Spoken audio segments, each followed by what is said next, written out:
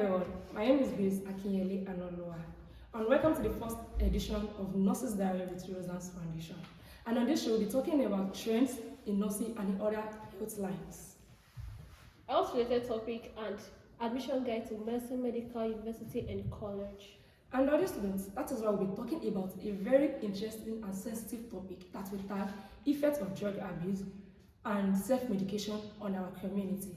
And we bring you two important guests today that will be helping us to expatiate on this topic. Our guests, can you please introduce yourself to our audience? My name is Jim Abdulhafiz Oladele. My name is Abdulkarim Aisha Ainke. I go by the name of Kerit. And the reason why we're bringing this topic to your screen today is substance of abuse and its effect is because it has become a very rampant issue in our communities. And the guests in our house today will take us down the lane. Mr. Abdulhafiz, please, what can you say about drug abuse? All right. Drug abuse is the habitual misuse of substances, which tends to lead to negative consequences on the physical and mental health of anyone. According to the World Health Organization, WHO, drug abuse is defined as the harmful or hazardous misuse of substances such as alcohol, illicit drugs like cocaine, heroin, and as well illicit drugs as well, if they are being overused. On the other note, self-medication is the act of treating oneself without a proper prescription of a medical personnel, or probably prescription from relatives due to similar symptoms, and that's that. Well, in my own opinion, I would say drug abuse is when a drug is used for a different purpose than intended or in excessive amount. For example, there is a case that happened whereby the girl is an asthmatic patient and she's supposed to use 2 grams of salbutamol TD. TD, that's morning and night. And she used the excessive amount of it, which was she used 4 grams, 4 grams, which is TDS. She used the TDS morning, afternoon, and night, which is not supposed to be. That is also a form of drug abuse. It's not until the drug is, maybe cocaine, tramadol, heroin, or the likes. Drug abuse is any form of, is any form of drug misuse. Just let me put it. And this explanation made me remember something actually. There was a time, I think I was in GSS3 or SS1 there. I saw tramadol 250 milligram on our table. So I thought it was a pain relief drug. Because actually I was having pain over my body. I was like, okay, let me use this drug.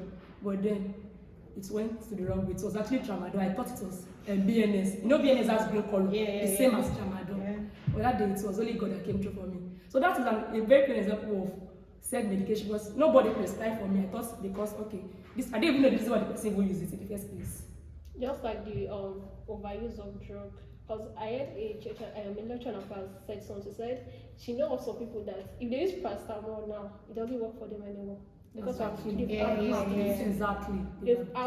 a lot. That's why. And speaking of that, Miss Aisha, please, do you think those caught in the possession of hard drugs should be taken to a rehabilitation center or to prison? What do you think about that? Well, I would say they should be taken to a rehabilitation center and not to a prison, because you see most of these individuals, like most of these youths taking the drug, most of them they already have the impact of them as a prisoner. So you taking them to a prison is just making their negative thoughts affirm. Yes, that okay, fine, they are a prisoner. But I feel like if you take them to a rehabilitation center, there are forms of groups of therapy done in the rehabilitation center. There is medical educational therapy for education purpose. There is most especially recreational therapy to relearn how to have fun without the use of substance. I don't know if you get me. Yes, without this generation that we are, our fellow people, our fellow youth, they cannot sit down in group that okay they want to have fun without not taking money, all those forms of hard drug, loud. They feel like that's a form of enjoyment and entertainment, which is not supposed to be. So the recreational therapy is going to like teach them how to relearn how to have fun without the use of hard form. And then there is a cognitive based therapy too there.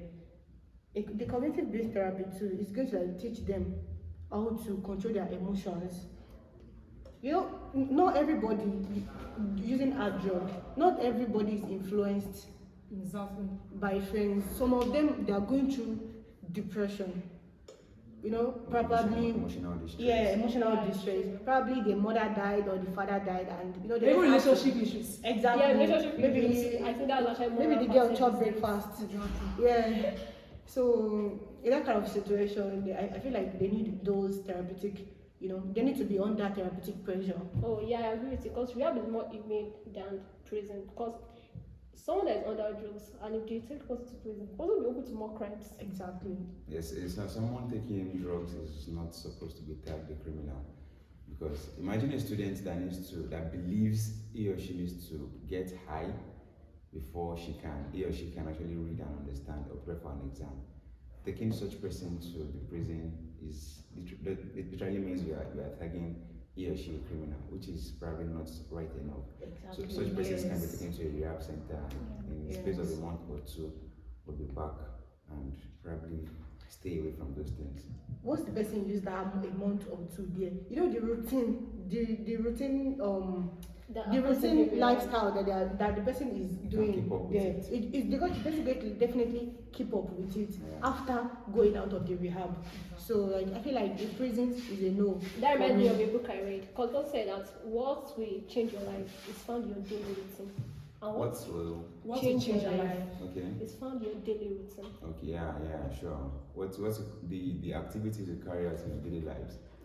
Definitely defines the kind of lifestyle you will live. Okay. Yeah. Okay, so Mr. Abdulhafiz, how can we help those in the community that are open to these drugs? Well, one of the easiest way to go about helping them is what Ms. Aisha said the other time, by taking them to the rehab center and making them go through a series of therapies. Another means we can help curb this attitude in the community is by organizing educational programs. This kind of program as well, people watching from homes can pick one or two from it. Organizing an educational program in the community. Education. Yes. Then organizing educational program in the community, school environments, will usually help them to like snap out of this art. So It's just like raising awareness about. yes. Because this when you're talking about this topic exactly, I think there was a time I was going to church. There's a particular building on my way to church.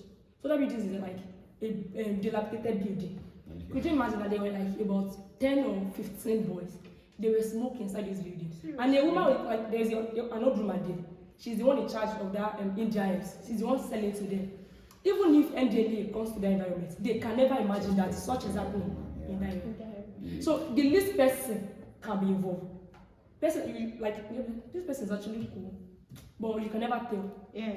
It's not written on the face. Exactly. You can never tell. The awareness is what has to actually go viral, because years ago, you see people abusing drugs in a very secretive manner. You do it in the bush, where you actually won't find them around. But now, it is open places. Even on social media, open places. Some people be on live stream and they'll still be smoking. yes. I watched a video. I think this guy was so high. So they said that I think his friend picked him up and they were giving him blow. They were beating him for significant. I think there's one that happened at Uniben. He was high on drugs already. Then he jumped down from about 3-story building. The guy died. So if the awareness can go as far as, yes, we might actually believe, because it's a school environment, we expect them to be learned and literate, but then what you don't know, you still don't know. Yeah, exactly. You don't know. Such educational program should be holding up in various academic settings. Miss Aisha, I will direct this question to you. Do you think typical African herbs should be totally avoided or should be modernized? That is, it should undergo normal medical ways under the supervision of the NDLEA? Well, I think no, it shouldn't be avoided. Yes, because this same African herbal drugs has been what our forefathers they've been using it, and they are firm and strong. They are so strong. But please, you know those doesn't have measurement. Wait, herbs is different from herbs. Okay. Herbs is different from herbs. Please. Okay. You see, there are herbs whereby they use that. Okay, they want to they want to flush children. I said children. They want to flush their womb. Okay. They want to, all those bad herbs. Okay. I'm talking about herbs like, when you are in labor and you are in pain. Some people they've never even tasted this our medicine. Normal drugs before. It is herbs that they used to use. Herbs that they used to bath to just cool body pain. That's what I'm talking about. It's herbs are different from herbs. I'm not talking about herbs that do bad stuff to the body. I'm talking about the ones that do good stuff to the body. So see, some herbs works like mad, like they work very fast. Let me just take for example Abatu Sauda. If a pregnant woman takes Abatu Sauda, let me just take for instance, you're a nurse as an health practitioner. Your patient comes to the hospital and she's in labor, she wants to give birth, yes, and you're passing insulin and everything to her, not asking her that have you used anything. Asking her that have you used anything is different from asking her that have you used anything herbal. Okay. You can, if you ask her that have you used anything, she can say no. Yeah. Without you like telling her that is this herbal, without you identifying. So if you ask her that have you used anything herbal, now not knowing that she has used Abatu Sauda and you did not know, because Abatu Sauda works faster. You know that the health practitioner is in soup. Exactly. It's in soup, yeah. So If I will come into answering that question, I'll come on the positive and the negative side. On the negative side, all these people that sells about drinks around. I once had an experience in our facility. So this person believes in herbs. This man takes herbs whenever he has body pain, headache and all. So when he takes it, he feels cool. Then when he visits the hospital, one major ailment he has is ulcer. So the day he was sharing his experience, it was like he went to the woman's house one day. Probably he ran into the woman's house, like he was opportune to pass in front of the woman's house, and he saw the woman actually taking out the diclofenac tab from the sachets and adding to the herbs. And perhaps this man is an ulcer patient, and legally, medically, just wouldn't give diclofenac to.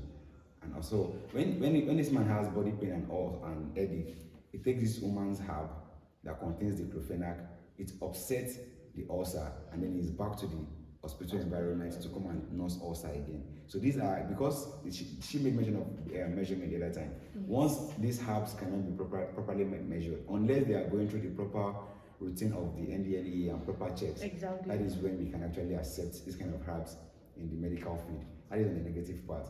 Going on the positive part, we had a case recently.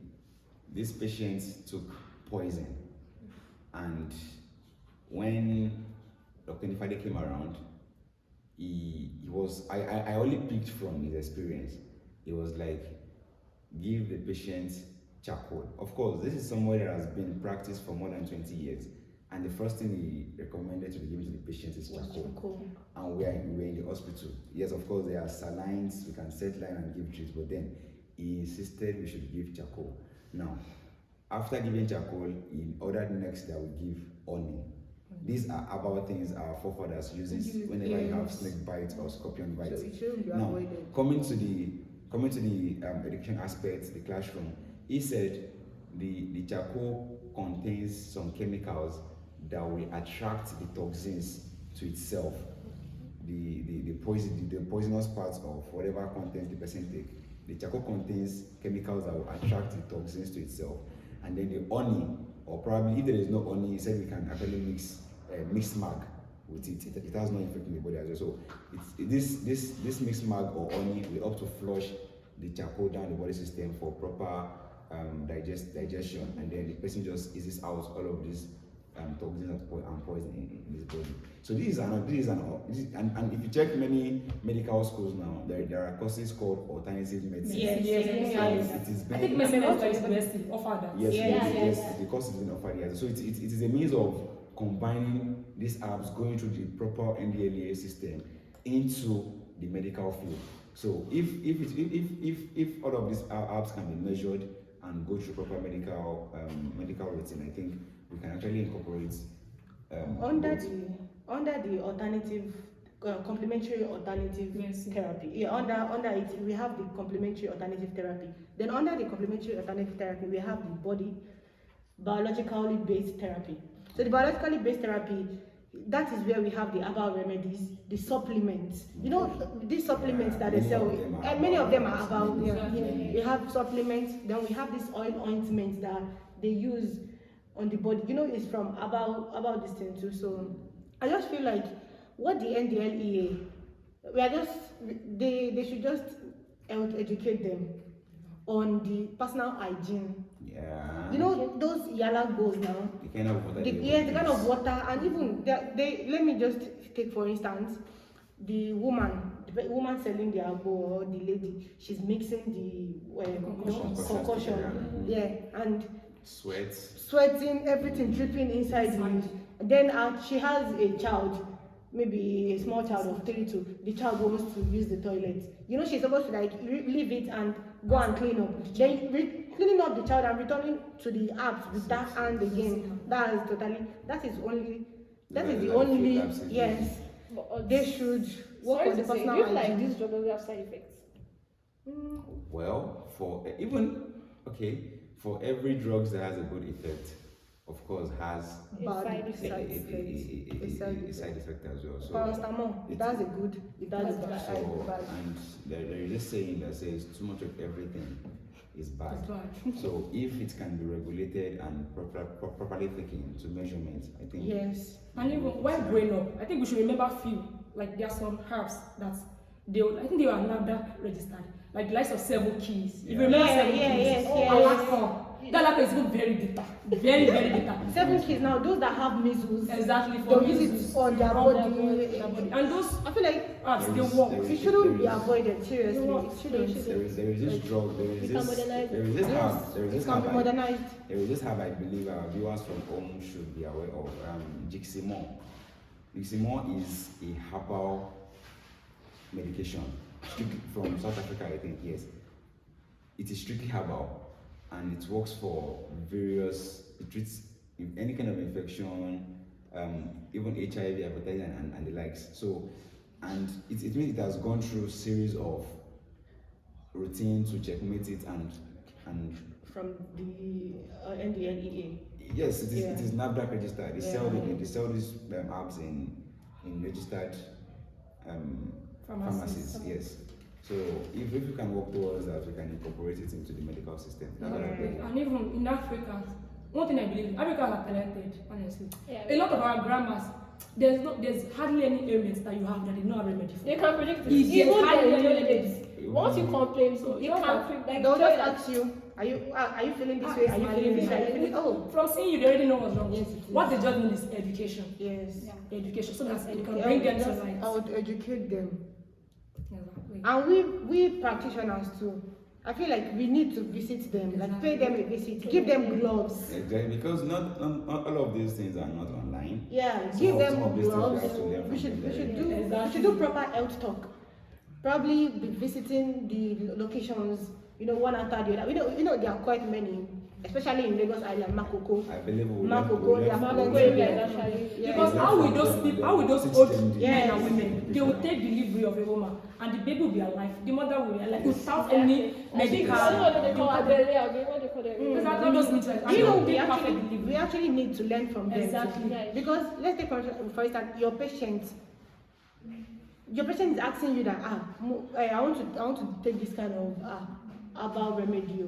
How am I going to take it? And you not knowing about it, how will you can't tell the patient what you don't know now. Exactly. You can't say, so you have to like know about it so that you know, you tell the patient that okay, use 1 teaspoon, use 2 teaspoon, okay.